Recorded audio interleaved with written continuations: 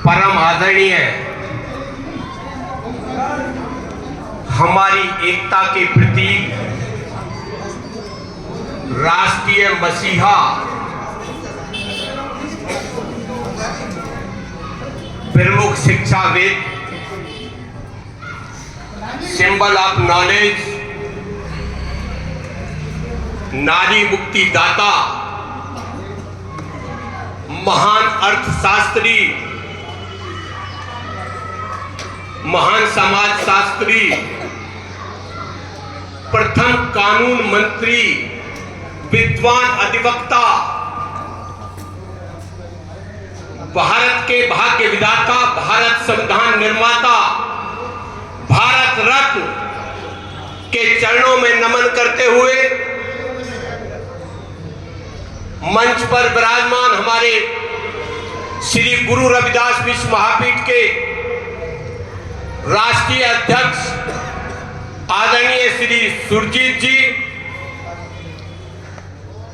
संतगण और दिल्ली प्रदेश के प्रदेश अध्यक्ष आदरणीय श्री मनोज जी, हमारे उत्तराखंड से कई बार विधायक रहे अपने देशराज कर्नवाल, गर्व से कहते हैं चमार जी, अन्य सभी मंच पर पदाधिकारीगण और दिल्ली प्रदेश के विश्व महापीठ के समस्त पदाधिकारीगण और मेरे धरा पर मेरे समक्ष विराजमान समस्त भाइयों बहनों, जैसा कि आपको विदित है कि आज बाबा साहब का परिनिर्वाण दिवस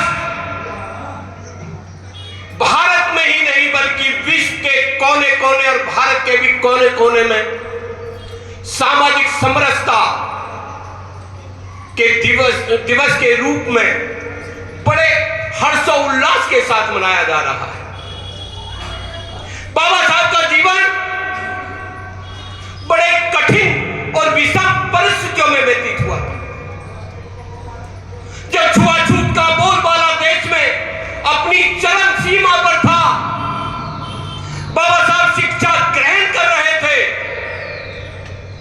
जब विद्यालय जाते थे, मैं सूक्ष्म में ले जा रहा हूं क्योंकि पहला ही वक्ता हूं और पहली बार ही मुझे ये कह दिया गया कि थोड़ा समय का ध्यान रखना।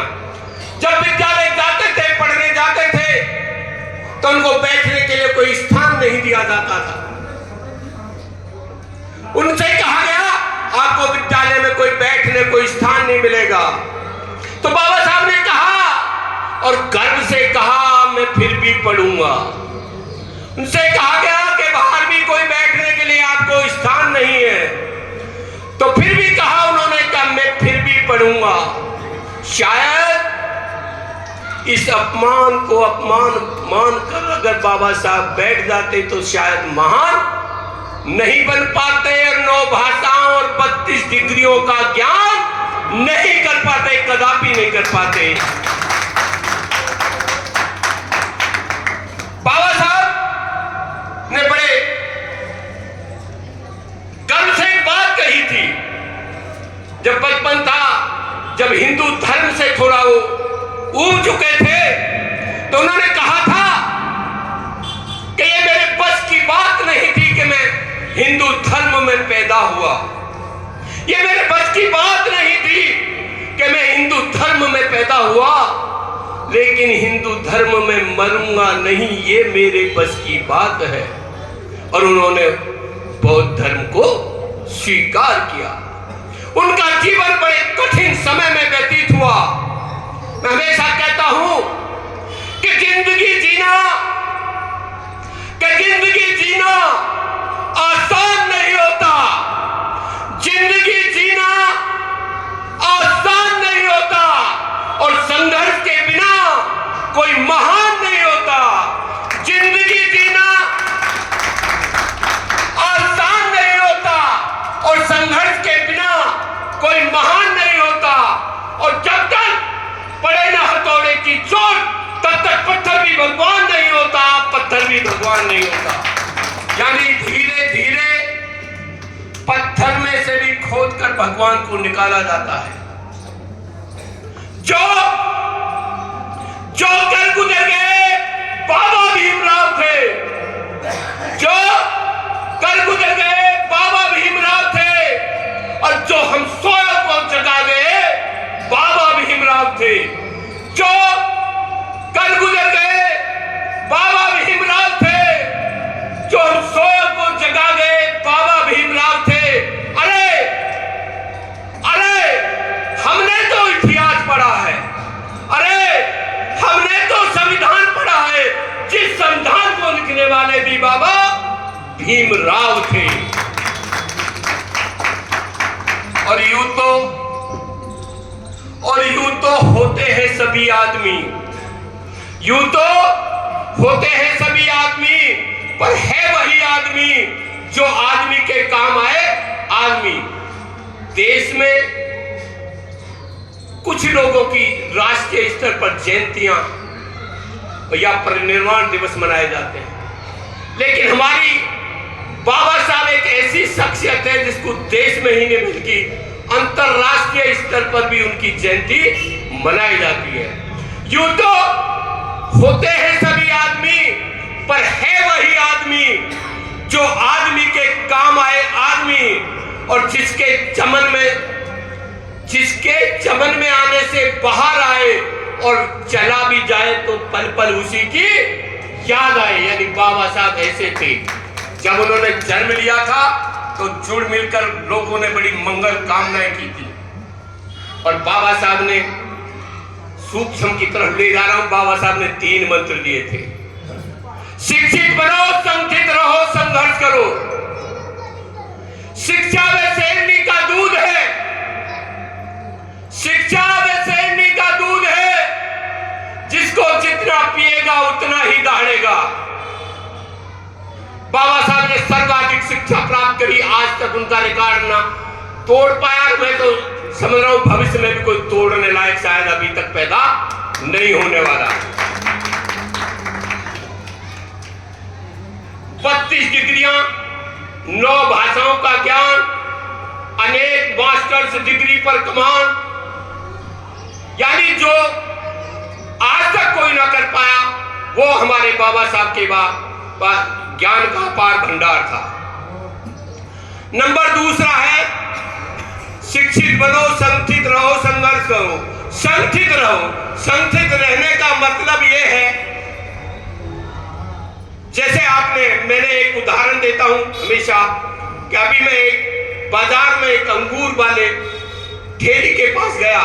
कुछ खुले में अंगूर थे, कुछ बंधे में अंगूर थे, बंधे गुच्छे में अंगूर थे। मैंने पूछा क्या भाव है? उसने कहा बाबूजी ये खुले अंगूर तो 100 रुपए किलो है और बंधे अंगूर 200 रुपए किलो है। मैंने कहा भाई इतना अंतर क्यों? उसने कहा बाबूजी ये बंधे गुच्छे में संगठित नहीं रह पाए, इसलिए खुले अंगूर की कीमत आधी रह गई, और जो संगठित रहे गुच्छे में रहकर जो संगठित रहे उनकी कीमत दुगनी हो गई। इसलिए आपके संगठन में भी दुगनी कीमत करनी है या आधी कीमत करनी है? दुगनी करनी है ना, इसलिए संगठित रहना। और एक उदाहरण और दे दूं मैं, अगर झाड़ू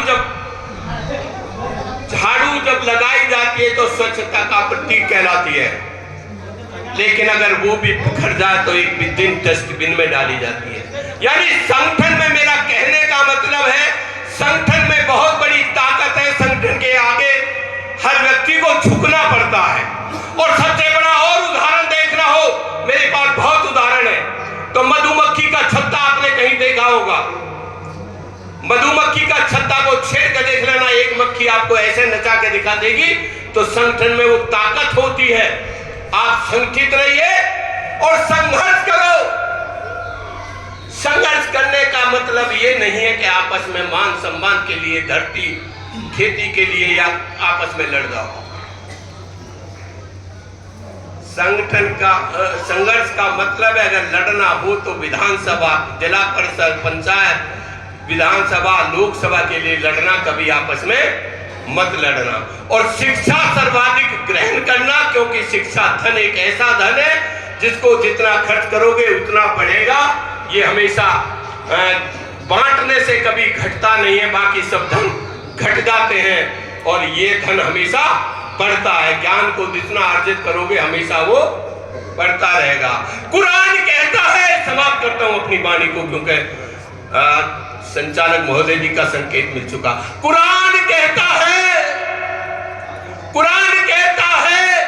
कि मुसलमान बनो, कुरान कहता है कि मुसलमान बनो, और बाइबल कहती है कि ईसाई बनो। कुरान कहता है विधायक जी मुसलमान बनो, और बाइबल कहती है कि ईसाई बनो, और भगवत गीता कहती है कि हिंदू बनो। लेकिन मेरे भारत देश यानी बाबा साहब का संविधान कहता है अगर बनना है तो इंसान बनो, इंसान बनो। अपनी वाणी को विराम दूंगा। जय भीम, जय भारत। बहुत कुछ था कहने के लिए, लेकिन बहुत वक्ताओं को भी बोलना, प्रथम ही मेरा नंबर है, सारा मैं ही ले लूंगा तो फिर बचेगा कहां। इसलिए बाबा साहेब खाना मिलेगा, ऐसे मत कहो जैसे अब तो सबको बोलने की, नाचने की, कूदने की, हर तरह की ताकत है, दहाड़ने की ताकत है, इनकी बदौलत दहाड़ रहा हूं, तो फिर आप क्यों नहीं बोल रहे?